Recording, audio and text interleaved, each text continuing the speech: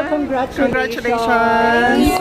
My first question to you guys is, how was the journey so far? Kamusta yung pageant? It was also worth it from the start until the end. We really did our best. Kaya siguro nag-manifest siya from day zero pa lang until coronation.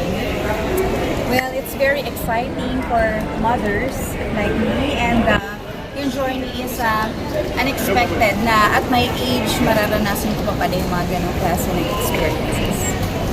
I'm still ecstatic about the experience abroad in Malaysia and having to be with international candidates as well.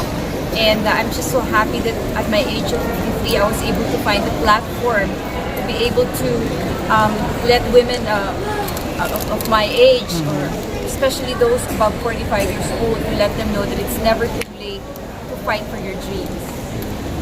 So for me, it's overall a thrilling experience, and at the same time, this is a dream come true for me to finally have an international crown, and we have proudly represented the Philippines there in Malaysia. Ayun. And for Madam K, the National Director, since you are now the National Director, hindi na siya parang yung journey mo as a beauty pageant contestant.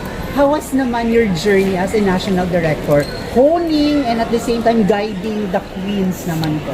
Well, it's a hard work. The very first thing I think that I thought is it's going to be a challenge for me, because these are like the three is actually first time for international. Graham also, but she been into a national. So I mean, it's like for me, I thought it's going to be really hard for me, which is that naman eh, no pain, no gain. But I never give up. They know what I've done for the past few days. I pushed them too hard because I just like one of those that we've heard before. We want all these queens or all women to be limitless. So that's what I did to them. I want them to be limitless, and I told them before we left, I'm not the person who always says that I'm gonna bring out the best in you, but I always tell them I'm gonna bring out the beast in you. That's what they did.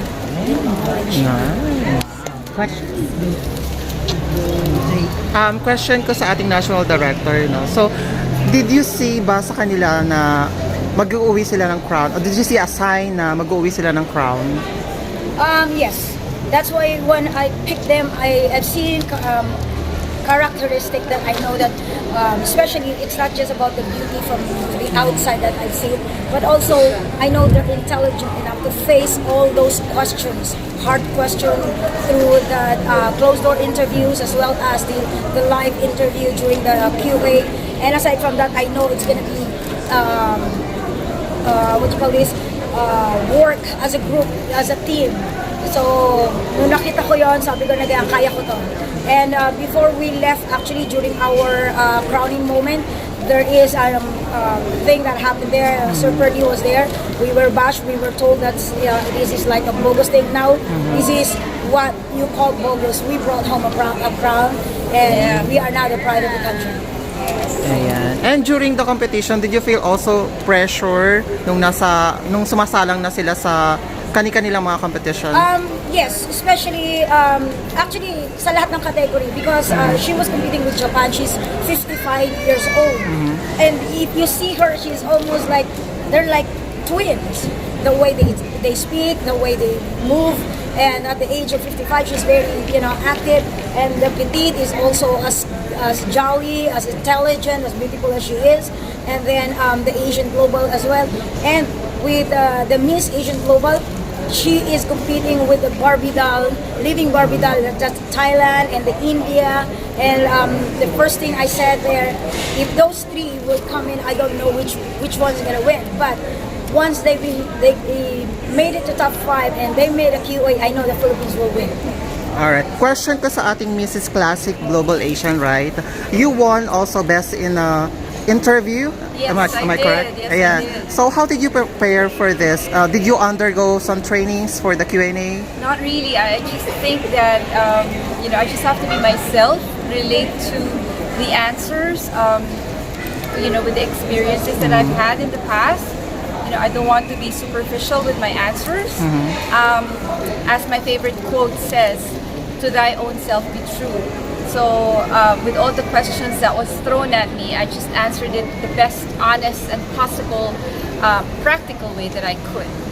All right. And question to Miss Gliam. hello. The first time to to compete in the international pageant. Yeah. So how do you feel right now that you're wearing that crown?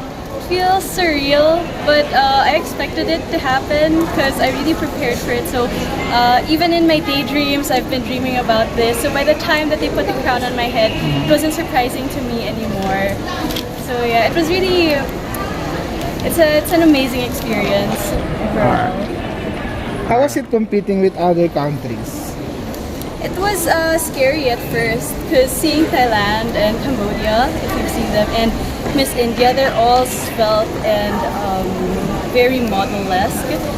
But then during that time, I wasn't competing with them. I was competing with myself. I wanted to be the best version of myself there and manifest it through my my actions and my words. How do you plan to use your title or your crown? My title. Well, there's a lot in my schedule right now, charities and TV guestings. So I'm ready to use my voice this time to help out the helpless and the voiceless. Thank you. And also question to Miss Arian. So what's the most memorable moment while competing you in the competition or international competition? Well, the most memorable, I think, is the journey itself. Kasi it was my first time to compete internationally, and of course, competing with different countries, candidates, it was totally beyond my imagination. So I thought very tight yung competition, pero it is actually enjoyable. I could make friends with them, and I could learn different cultures and enjoy yung mga different local foods in Malaysia. Curious, how many months did you prepare for this pageant? 2 months. December, January, February. Alright. Maybe summer naman, yeah. How was the experience? It's very thrilling and overwhelming at the same time because what happened in Malaysia was like a festival of different cultures.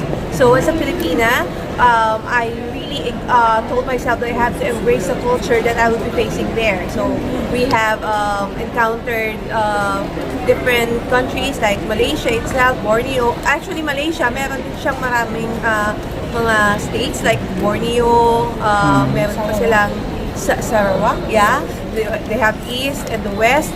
And so I always bear in mind what Mami Kay really told us, that we always have to be ourselves because it's not a difficult thing to mingle with others and with other cultures if you know where you stand, and at the same time if you know how to embrace the differences and the similarities of different cultures. Okay, more questions for Madam Kay. So since nandito na yung mga winners natin, ano yung mga duties and responsibilities nila here sa Philippines? Well, just like I told them that this is not just you wearing the crown, but having that crown and the responsibility with that comes with that crown will be a lot. It's gonna be time consuming, definitely. There will be a lot of activities. Like right now we have from Friday up to Wednesday, we already have everyday TV guestings, and we have fashion shows, we have a lot of things that and then we have a lineup, charity works as well. There will be a fashion show for a cause, which is the beneficiary will be the AITA in Subic. In Olongapo. Nice. Since you started your Reina'S Filipinas organization, you are bringing home crowns in the Philippines. What is the next thing for Reina'S? The next thing for Reina'S, actually the Reina'S Filipinas family right now is just getting bigger and bigger. If you see the fashion show, even we were not here the other day, there's a lot more. So what I'm thinking right now is not just developing these doings, but also we're gonna start giving them projects not just for fashion, but definitely they will start commercial as well as TV, like soap operas and movies. there's offer already with Liam as a prize for you. But yeah, we're gonna talk about it. Nice! Congratulations to Reina'S Queens and to the organization as well. Thank you so much. Kaway na. Thank you so much. Picture.